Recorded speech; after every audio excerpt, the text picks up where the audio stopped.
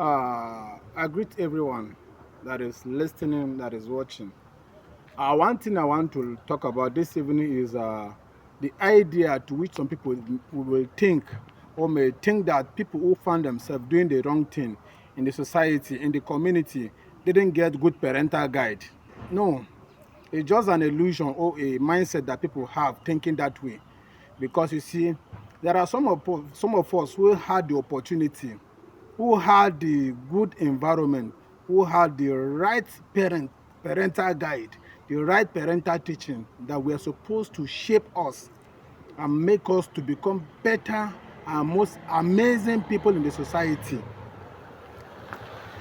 Some of our parents are people that even the community look up to, which even the community expect that they should have the best kind of children out of the mindset and the qualification they have in terms of moral guide and moral teachings.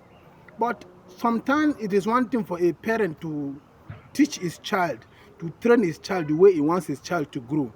It's another thing for the society which the child go back to, or the environment within this child's locality, from the environment the child goes back to.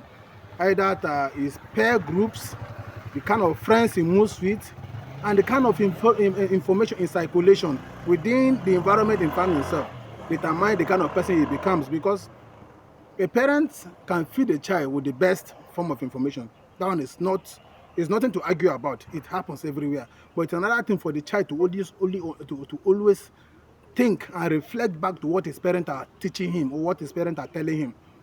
Failure to reflect on what the parents are teaching the child makes the child to always absorb even negative informations within the environment or with these peer groups that are not meant to help him. Because sometimes a child does not really know which information are actually meant to help him. Because sometimes you see him receiving the best from home, but immediately he goes out, you see him doing a different thing because at that point he's experimenting, trying to discover, trying to understand certain things about life.